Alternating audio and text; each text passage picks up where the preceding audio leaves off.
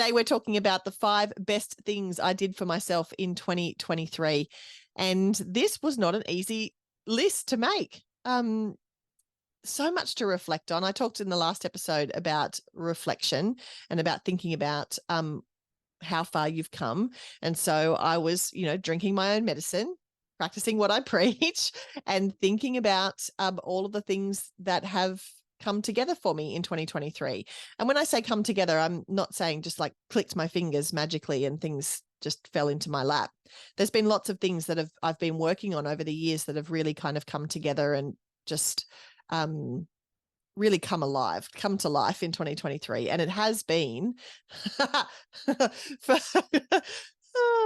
I'm laughing because for a year that I started I started consciously saying, Glenda, my business mentor, is just the fact that she puts up with me is unbelievable, and has put up with me for all these years is unbelievable, because the word for the year was consolidate. As it has been in the past. She's continuing to try to get me to consolidate.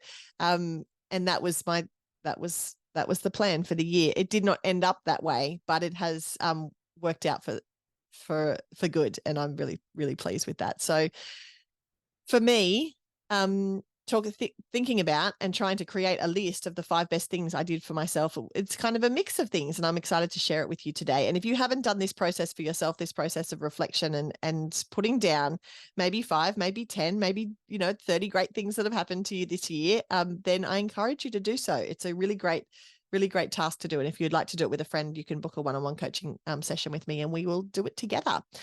But the first thing I want to talk about is the book that, of course, I hope you get your hands on for the new year. It's a workbook. As I said, I have 67% of a book written. I just need to finish it. Perhaps that's on my goal list for 2024.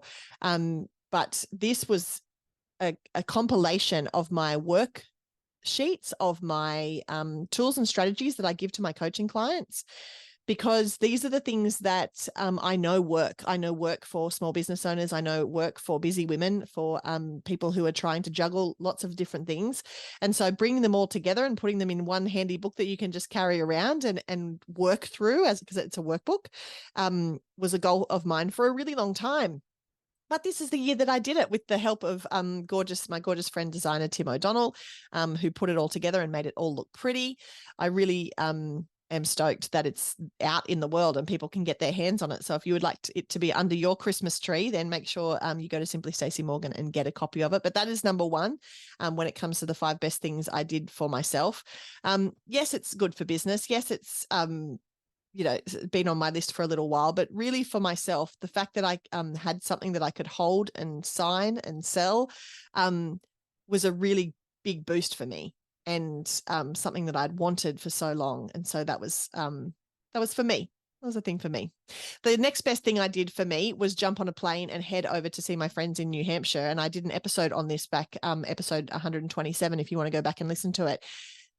Surrounding yourself with people who lift you up is something I talk about all the time. I am not always good at making time to actually do it myself, but I actually did this year in October, and I cannot tell you how beneficial it was for me, for my mindset, for my direction, for my just my heart. It was just so lovely to be surrounded by women who are further ahead than me in their businesses, in their goals, in their dreaming. It was so lovely to be able to spend time with them, to listen to them talk about their challenges and the things that they're looking towards now, and to hear about how they got to where they got to.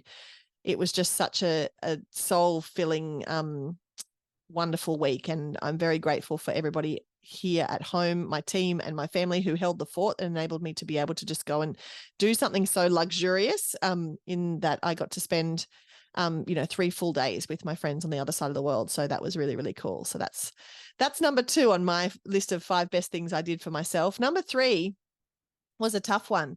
It didn't feel good to start with, but it did make the top 5 in terms of the 5 best things I did for myself. And that was a really difficult conversation I had with my husband about our own versions of success, because that's really, if it comes down to, if it boils down to it, the only thing that Heath and I argue about, or that we fight about, or that we get frustrated with each other about, is when we have conflicting versions of success. We're both heading towards something, we think it's the same thing, and then we realize that actually it's not the same thing. We're actually heading in two different directions, and that's really hard on the family.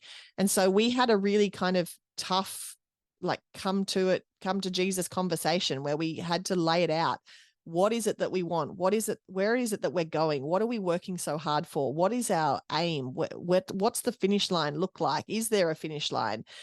And it was a tough conversation, and it wasn't just one conversation. It was, we opened the door, and then the conversations continued. But I think we'd kind of been dancing around the conversation for maybe 2 or 3 years, and on both sides building up a little bit of resentment every time that one of us felt like we were kind of veering away from the path. And so to be able to come together and to create a really strong plan for where we are heading, and both being able to share what our needs were, like what is actually going to work for us and what's not going to work for us, rather than, I think in the early days of our relationship, the two of us were kind of just like, oh yeah, that'll work. Like we'll just make that work. And we would both sacrifice things on either side and get resentful about that. Whereas at the moment, I really feel like we're on the same page. We're heading in the same direction. And that wouldn't have happened without that really tough conversation. So I talk all the time about not avoiding tough conversations. Usually it's in leadership, but it's good for relationships as well. So if you are avoiding having one of those big conversations, then I encourage you to just open the door, start with one conversation. You can always build on it. Brene Brown talks all the time about circling back, and we've been doing a lot of circling back over the last couple of months. Like, I just want to circle back to that conversation when you said blah, blah, blah. Does that mean blah, blah, blah? And how do we move forward from here? And so I feel like we're really on the same page now with a really good plan moving forward. So that was number 3 in my 5 best things I did for myself. The next thing is I bought another business and started 2 other businesses. And you may think, save that for next week's episode, Stacey, where you're going to be talking about the 5 best things you did for your business. But no, these were things that I did for myself that I just was able to trust myself, I guess, is the moral of this story. Because in the past, I may have wanted to buy a new business or to start new businesses, but would have gone, oh, is that really, do I really think, and like and ahed and tossed and turned over it for months. In all of these situations, I literally just followed my gut and went for it. And it's paid off in all 3 cases. And for me, it's a really nice reassurance that my intuition is often correct. My intuition is on track. And that really paid off, and that's really paying off, and it's really filling me up, and it's really giving me new motivation and new excitement and new a new spark and a new buzz. And so that's really exciting to me. So that is why that hit number 4. Of course, the businesses, if you are wondering what businesses, what is she talking about? I bought Raw Success, which was a national awards platform, which we conducted our first awards night last month, which was really exciting. And that, I'm so passionate about business awards and have talked about business awards for years and years now, and entered them and judged them and hosted them and produced them and all of these things, not kind of knowing that all of those things would merge together when this opportunity arose, but that's exactly how it worked. I had, unbeknownst to me, been preparing myself for this role for the last 10 years. And when the opportunity knocked, I was able to just go, yep, this feels right, let's go. And so that's really been rewarding, getting to know so many small business owners from around the country, getting to understand their frustrations, their challenges, and getting to work with them as part of this process has been really, really rewarding and really filling up my cup. So that's been really great. The Australasian Dance Education Awards and Conference was an idea that a friend and I had been talking about for years, but we hadn't actioned it. And to action it this year with her blessing was really, really exciting, because, of course, I'm so passionate about dance. I'm so passionate about dance education and celebrating dance education and also celebrating entrepreneurship. So it's like a beautiful meld of those two things. And so we created our very first awards night and conference that were hugely successful, and not only hugely successful, a really good time. Dance teachers know how to party. So that was really, really awesome as well. And the other business is called Full Circle Moments. We bought a 360 camera that we've been taking to all of our events, and have also been doing weddings and fundraisers and Melbourne Cup and Christmas parties and lots of things like that here in Port Macquarie, but also in Sydney and on the Gold Coast too. And so that is just a nice little side hustle. Again, an idea that I had, let's do this, followed my gut, went for it, and it's really paying off. So good for business, but also really, really good for myself and for my soul and filling me up. And the fifth thing for my list of the 5 best things I did for myself in 2023 is I gave myself a day where I didn't have any appointments booked.